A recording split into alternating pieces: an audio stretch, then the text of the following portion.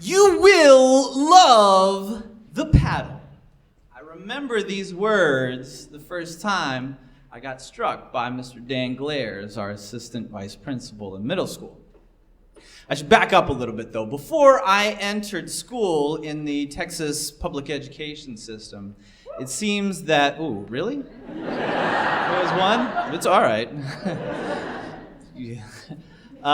It seems there was a court case that went before the Supreme Court about corporal punishment in schools.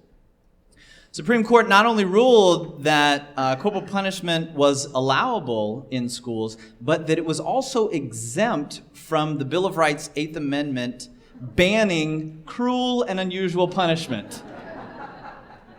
It seems in the wake of this decision, my teachers in Houston went a little mad with power.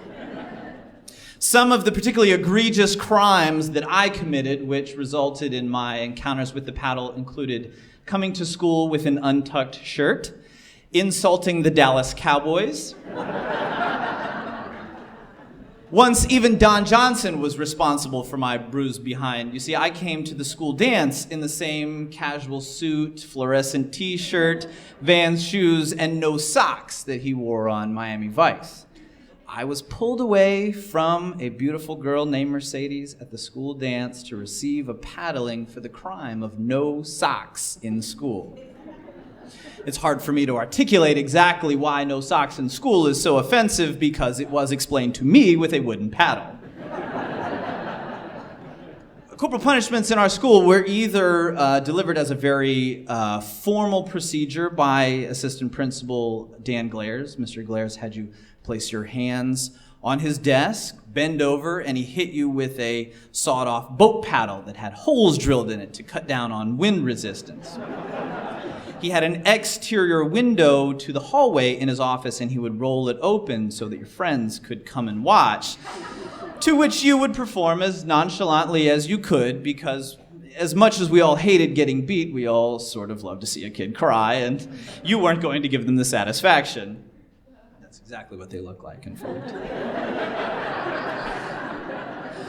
Or corporal punishments were delivered a little bit more informally by these teachers gone wild with power in their classrooms. Our gym teacher, Mr. Fernand, had a particular blend of corporal punishment. He would line us up in the gym. He'd put the wrestling mats out as if they were first, second, and third base, and you'd run among the bases, and he would throw the dodgeballs at you.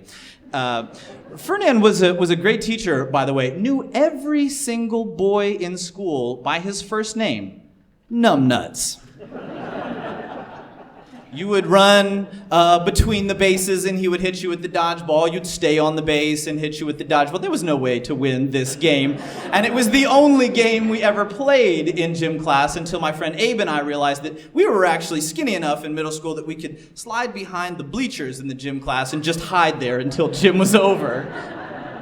Fernand was, of course, also one of these gym teachers that insisted that you shower after class, but there were never enough stalls for every boy, so he'd come in and grab two little naked boys and push them together under one stall, saying, "Get together, numbnuts! You just scrub each other, numbnuts!"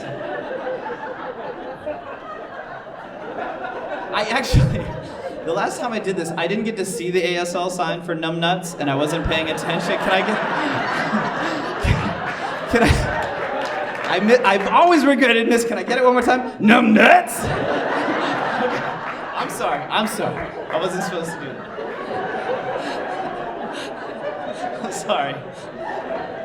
On another occasion, I was late to class, and I was told that I would be receiving a detention. Now, I've never heard of a punishment that didn't involve me getting hit with something, so I immediately assumed detention must be made of metal.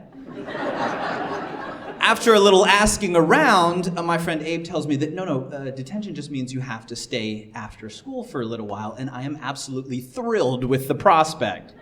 So after school, I realize I have no idea. I've never heard of detention. I don't know where it's being held. I'm running from cafeteria, gym, library, anywhere I can think of detention might be held, asking any adult along the way. They've never heard of detention either.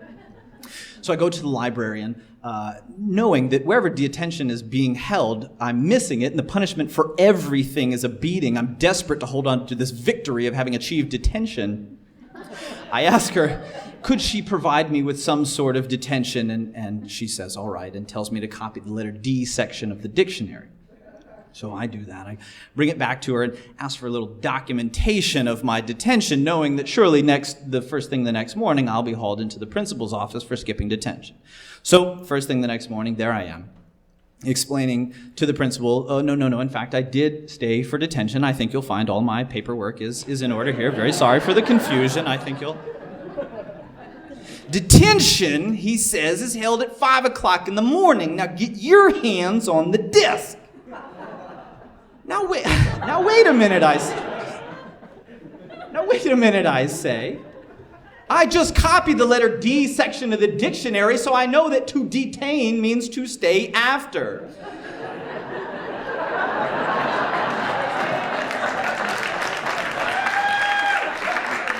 Well, he's only angrier by my newfound knowledge of etymology and goes over to roll open the blinds to let the kids in the hall know the show's about to start. Okay, I tell him, look, I'll stay for tomorrow's 5 a.m. pre-tension. You get to keep this spare copy of the letter D section of the dictionary. You come out on top. No dice. He lifts the sawed-off boat paddle from its mount on the wall. Well, I start to snap a little bit because, this was I had achieved this. I was desperate to hold on to it, so I start skirting around the room, trying to hide my butt up against the walls, which, of course, excites the kids out in the hallway an awful lot. A little swell of roar goes up out there, and someone shouts, "We got a crier!" So after some furious negotiating, and it just so happened that this was the very last day of school before the Christmas vacation. So he says, all right, I'll give you a Christmas present. And I think, oh, thank the baby Jesus, he's heard the logic in my argument. You can take your beating today, or you can take it the first day back from the Christmas break. You know what, first day back from Christmas break, thank you so much. Very charitable of you. I'm really sorry for having wasted your time. Very quickly moving towards the door. He goes out to the hallway and says to the secretary, put Jason down for a whipping first day back from Christmas break. But sir, she replies, Jason's family is moving to Virginia over the Christmas break. He's not coming back. Get back here, he shouted, and I ran through the hallways of the school out to the bike lock, leaping the 6-foot chain link fence, unlocking my bike, and shot-putting it back over the 6-foot chain link fence, convinced he's on my heels all the way. As far as I know, to this day, my books and backpack are still in that locker. I didn't say goodbye to any of my friends. I don't even take a flight with a layover in Texas. I've never gone back.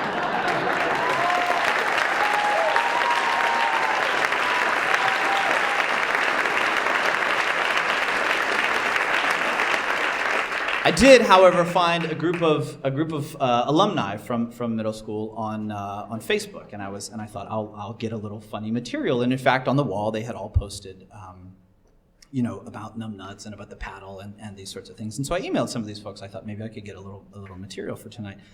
To the person, they said that they thought they deserved it, and that they think they should bring the paddle back in schools. And it was such an Orwellian tragedy because, in fact, in the end, it seemed they did love the paddle. That's my story, guys.